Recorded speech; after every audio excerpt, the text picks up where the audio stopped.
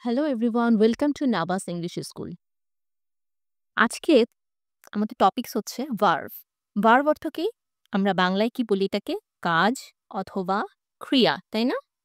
আমরা যা করি সেটাই হচ্ছে ভার্ব। ভার্বের অনেকগুলো ক্লাসিফিকেশনস আছে। সেটা আমাদের খুব অ্যাডভান্স লেভেলে যখন আমরা ভার্ব শিখব তখন লাগবে। কিন্তু আপাতত বেসিকটার জন্য আমাদের এতটুকু জানলেই চলবে যে ভার্বকে সাধারণত আমরা ২ ভাগে ভাগ করে থাকি। একটা হচ্ছে main verb and another one is auxiliary verb. Main verb কোনগুলো? একটা সেন্টেন্সে আমাদের যে মেইন কাজটা থাকে সেটাই হচ্ছে মেইন ভার্ব। যেমন ধরো, যদি এখন আমি বলি আই ডু দ্য ওয়ার্ক, আমি কাজটি করি। এখানে এই যে করাটা ডু এটাই হচ্ছে আমার মেইন কাজ। তাহলে মেইন ভার্বের এক্সাম্পল দেখো, যেমন ধরো ইট, ডু, ওয়াক, সুইম, এরকম হাজার হাজার মেইন ভার্ব তোমরা পেয়ে যাবে। আর অক্সিলারি ভার্ব কি? অক্সিলারি ভার্বকে আমরা অক্সিলারি ভার্বটা আমরা ইউজ করি মেইন ভার্বকে যে সাহায্য করে। বাংলায় আমরা এটাকে বলি সাহায্যকারী ক্রিয়া। সাহায্যকারী ক্রিয়া। এখন এই অক্সিলারি ভার্বকে আবার দুভাগে ভাগ করা যায়। একটা হচ্ছে বি ভার্ব আর একটা হচ্ছে modal verb. B verb. B ভার্বের আন্ডারে কোনগুলো পড়ে? যেটা আমরা সাধারণত সবাই জানি, am, is, are. Past tense হলে তোমার was, were, have, has, had, এগুলো। প্রবলেমটা কোথায় হয়? মডাল ভার্ব নিয়ে। মডাল ভার্বটা কোন সেন্টেন্সে আমরা কখন ইউজ করব এই জিনিসটা নিয়ে আমরা অনেকেই কনফিউজ থাকি। মডাল ভার্বগুলো কি? যেমন ধরো ক্যান, মাস্ট, উড, মাইট, এই টাইপের। এই মডাল ভার্বের কাজ হচ্ছে, এখানে মডাল ভার্বটা হচ্ছে সাবজেক্টের মুডকে আইডেন্টিফাই করে। ঠিক আছে? আমরা মডাল ভার্বটা কি এক্সপ্রেস করার জন্য ইউজ হয় সেটা এক্সাম্পল সহ দেখলে তোমাদের জন্য ক্লিয়ার হয়ে যাবে। তাহলে আসো দেখি মডাল ভার্বগুলো কি আছে। শুরুতেই ক্যান। ক্যান অর্থ কি? আমরা এটা নরমালি সবাই জানি, ক্যান অর্থ পারা, তাই না? এখন যখন আমরা ক্যানটা সেন্টেন্স ক্রিয়েট করব তখন আমরা ৩ ধরনের এক্সপ্রেশনের জন্য বা মুডের জন্য আমরা ক্যানটা ইউজ করে থাকি। যেমন ধরো, আমি যদি এখন বলি আই ক্যান সুইম, আমি সাঁতার কাটতে পারি। এইখানে এটা দিয়ে আমার অ্যাবিলিটি প্রকাশ পাচ্ছে যে আমি সাঁতার কাটার জন্য অ্যাবেল, আমার অ্যাবিলিটি আছে, তাই না? সাঁতার কাটার, তো এটা অ্যাবিলিটি প্রকাশ করছে।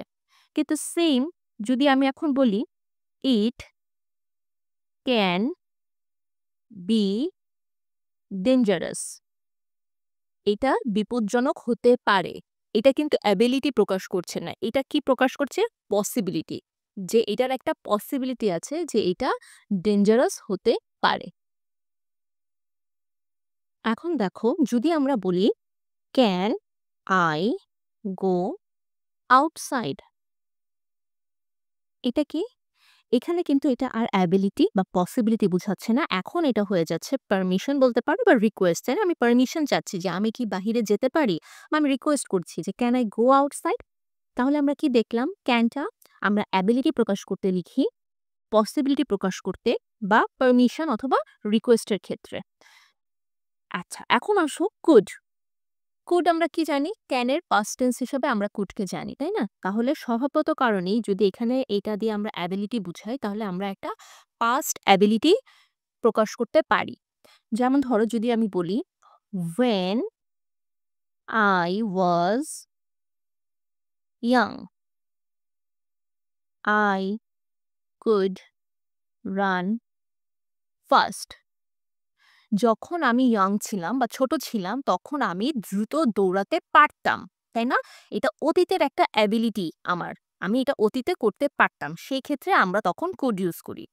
সিমিলারলি আগে যেরকম আমরা ক্যানটাকে পসিবিলিটির জন্য ইউজ করেছি, কুডটাও আমরা পসিবিলিটির জন্য ইউজ করতে পারি। যেমন ইট কুড রেইন লেটার, পরবর্তীতে বৃষ্টি হতে পারে, তাই না? এটা একটা পসিবিলিটি। এখন আমাকে বলো যে এখানে আমরা ক্যান ইউজ কেন করি নাই? ক্যান ইউজ না করে কুড কেন করেছি? পার্থক্যটা হচ্ছে ক্যান দিয়েও আমরা পসিবিলিটি প্রকাশ করি, কুড দিয়েও আমরা পসিবিলিটি প্রকাশ করি। তবে কুড দিয়ে যখন আমরা পসিবিলিটিটা প্রকাশ করব তখন সেটা হয়ে যাবে লেস সার্টেইন। পসিবিলিটির পরিমাণটা কমে যাবে। ঠিক আছে? তো যখন এটা নিয়ে অনেকে কনফিউজ থাকে যে আমি এই যে একটা পসিবিলিটির কথা বলছি এখানে আমি ক্যান ইউজ করব নাকি কুড ইউজ করব। তোমাদেরকে বুঝতে হবে যে আমরা পসিবিলিটিটা কতটুকু। যদি এটা লেস পসিবিলিটি হয় তাহলে আমরা কুড ইউজ করব। আর যদি পসিবিলিটির পরিমাণটা একটু বেশি থাকে তাহলে আমরা ক্যান ইউজ করব। রিকোয়েস্ট আমরা কুড দিয়ে রিকোয়েস্টও করে থাকি। যেমন ধরো কুড ইউ হেল্প মি, এটা একটা রিকোয়েস্ট করছি, তাই না? পার্থক্যটা এই যে এই রিকোয়েস্টটা এটা একটু পোলাইট রিকোয়েস্ট। ঠিক আছে? আমরা একটু পোলাইট ওয়েতে যখন কাউকে রিকোয়েস্ট করব তখন আমরা কুড ইউজ করব। Could you help me? খুব পোলাইট ওয়েতে। ঠিক আছে? এখন আসো মে। পারমিশন চাবো আমরা মে দিয়ে। May I leave early? আমি কি একটু তাড়াতাড়ি লিভ নিতে পারি? পারমিশন আগেও ছিল, এখনো ছিল। পার্থক্যটা কোন জায়গায়? মে দিয়ে আমরা পারমিশন তখন চাবো যখন আমরা একটু ফর্মাল ওয়েতে বা ফর্মাল যে টপিকস গুলো থাকে সেই সময় যখন আমরা কোনো পারমিশন চাচ্ছি। যেমন ধরো ক্যান আই গো আউটসাইড? ঠিক আছে? এইটা হচ্ছে আম আমরা যখন ধরো বন্ধুদের সাথে কথা বলছি, ভাই-বোনরা কথা বলছি যেটা ইনফর্মাল, ঠিক আছে? সেখানে আমরা বলতে পারি can you give it to me? ঠিক আছে? কিন্তু যখন আমরা একটু ধরো অফিসের বসের সাথে কথা বলছি বা স্টুডেন্টরা যখন টিচারকে বলে, "may I come in miss?"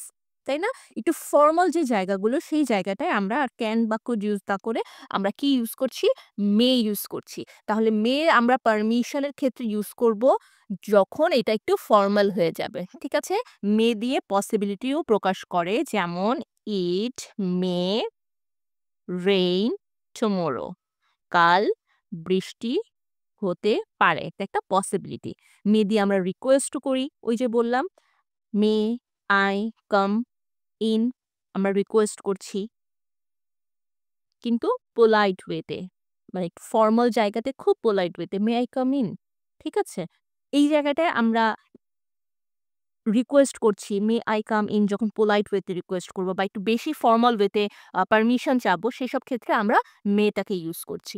মের পাস্ট ফর্ম হিসাবে আমরা জানি মাইট ইউজ হয়। সো পসিবিলিটির ক্ষেত্রেও সেটা পাস্ট পসিবিলিটি হয়ে যাবে বা পাস্ট পসিবিলিটি হয়ে যাবে বা অনেক সময় আমরা আ এইখানে যে পসিবিলিটি ইউজ করেছি সেটা যখন আবার একটু লেস সার্টেইন হয়ে যাবে, লেস সার্টেইন পসিবিলিটির ক্ষেত্রেও আমরা মাইট ইউজ করি। যেমন আ ইট মে রেইন টুমরো। এটা আমরা বলেছিলাম একটা পসিবিলিটির কথা। বাট আমরা যদি এখন এখানে মাইট ইউজ করি তাহলে এটা হবে ইট মাইট রেইন টুমরো।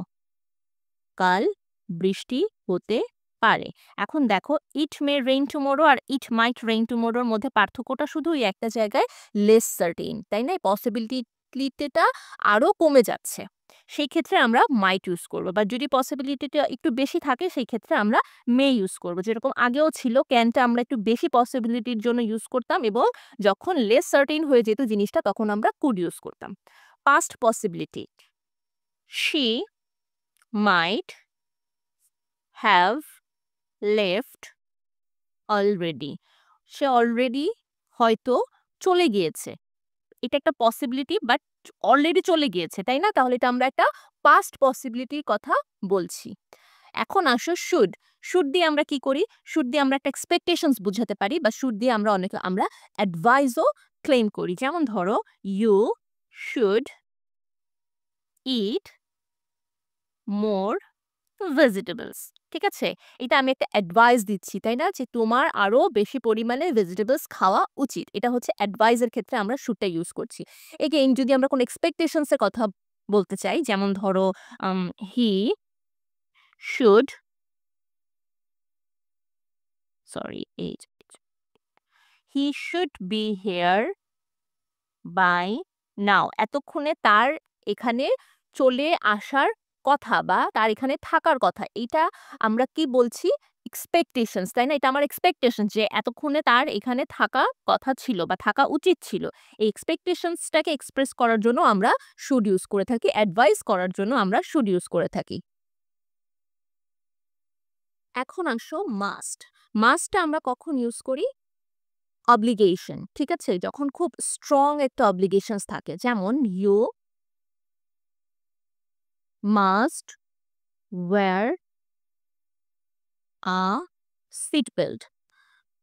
তোমাকে অবশ্যই সিট বেল্টটা পড়তে হবে। এটা আমি খুব স্ট্রংলি একটা অব্লিগেশন স্ট্রং আদেশ দিচ্ছি বা সেই ক্ষেত্রে আমরা কি বলছি? মাস্ট ইউজ করছি। প্রবাবিলিটির ক্ষেত্রেও আমরা মাস্ট ইউজ করব বাট সেটাও খুব স্ট্রং প্রবাবিলিটি হতে হবে। তার মানে কি দাঁড়াচ্ছে যে মাস্ট যে মোডাল ভার্বটা সেটা আমাদের খুব স্ট্রং একটা এক্সপ্রেশন এর জন্য আসে। সেটা অব্লিগেশনস হতে পারে, প্রবাবিলিটি হতে পারে। প্রবাবিলিটির একটা এক্সাম্পল দেখো।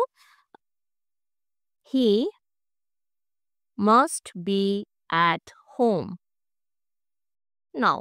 তার এখন অবশ্যই বাড়িতে থাকার উচিত বা বাড়িতে সে এখন থাকবে। খুব স্ট্রং একটা প্রবাবিলিটি আমরা বলছি। এরপরে আসো উইল, ফিউচার সার্টেইনি। এটা তো আমরা জানি যে আমরা যখন ফিউচার নিয়ে কথা বলি তখন আমরা উইল ইউজ করি। যেমন ধরো শি উইল কাম হোম। সে বাড়ি আসবে। সেক্ষেত্রে একটা ফিউচারের আমরা একটা আ কথা বলছি যে সে কালকে চলে আসবে। ঠিক আছে? উইলিংনেস এর ক্ষেত্রেও আমরা উইলটা ইউজ করে থাকি। এটা খুব বেশি আসলে তেমন কোনো ডিফারেন্স নাই। যেমন যদি বলি, "I will help you" মানে এটা আমি একটা ইচ্ছা পোষণ করছি যে হ্যাঁ, ঠিক আছে আমি তোমাকে হেল্প করব। সেই উইলিংনেস এর ক্ষেত্রেও আমরা উইল ইউজ করি। উইলটা নিয়ে আসলে খুব একটা কনফিউশন থাকে না। আমরা ফিউচারে কোনো কাজ করব, করার ইচ্ছা পোষণ করব বা ফিউচারে একটা কোনো কাজ হবে সেটা যখন আমরা প্রকাশ করছি তখন আমরা উইলটা ইউজ করছি। এখন দেখি উড। উডটাকে আমরা ৩ ধরনের এক্সপ্রেশনস এর জন্য ইউজ করে থাকি। পোলাইটনেস ধরো আমি যদি এখন বলি, "Would you like some coffee?" খুব পোলাইট ওয়েতে আমি কিছু একটা অফার করছি, তাই না? খুব পোলাইট ওয়েতে আমি কথা বলার সময় আমি would টা ইউজ করছি। "Would you like some coffee?" তুমি কি একটু কফি নিতে চাও? বা তুমি কি একটু কফি চাও? মানে খুব পোলাইট ওয়েতে আমি এটা বলছি।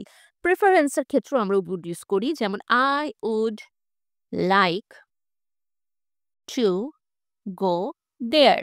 আমি সেখানে যাওয়াটা প্রেফার করি, তাই না? এই যে প্রেফারেন্স যখন বলবো, "I would like to have a cup of coffee" মানে আমরা এখানে আমাদের প্রেফারেন্সটা প্রকাশ করছি। এই যে আমরা প্রেফারেন্স নিয়ে কথা বলছি সেই সময় আমরা would ইউজ করব।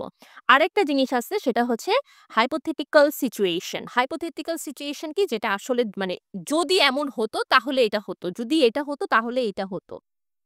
যেমন "If I were rich" যদি আমি রিচ হতাম, I would travel the world আমি পুরা বিশ্ব ভ্রমণ করতাম। এটা একটা hypothetical situation. যদি আমি রিচ হতাম তাহলে আমি পুরো বিশ্ব ট্রাভেল করতাম। তাহলে কি দাঁড়ালো? আমাদের যে মোডাল ভার্ব গুলো আছে সেগুলো আমরা বিভিন্ন রকমের সেন্টেন্সে আমাদের এক্সপ্রেশনস বা আমাদের কি মুড আমরা যে কথাটা বলছি সেটা আমরা কোন মুডে বলছি? আমরা কি পোলাইট বা আমরা কি প্রবাবিলিটি নিয়ে বলছি বা আমাদের প্রেফারেন্স নিয়ে বলছি, পারমিশন চাওয়ার জন্য বলছি বা আমাদের অ্যাবিলিটির কথা বলছি। আমাদের এই মুড গুলাকে ডিসক্রাইব করে আমরা বিভিন্ন সেন্টেন্সে এই মোডাল ভার্ব গুলো ইউজ করে থাকি। তো এই যে ৪ টা, এই ৪ টা যদি আমরা একটু মনে রাখি যে আমরা কি ইউজেস থাকে, মাস্টের ইউজেস গুলা কি, উডের ইউজেস গুলা কি, মেয়ের ইউজেস গুলা কি, তাহলে এটা আমাদের জন্য ক্লিয়ার হয়ে যাবে। তো আজকে এই পর্যন্তই থাকলো। Be happy and don't forget to like and subscribe. Thank you.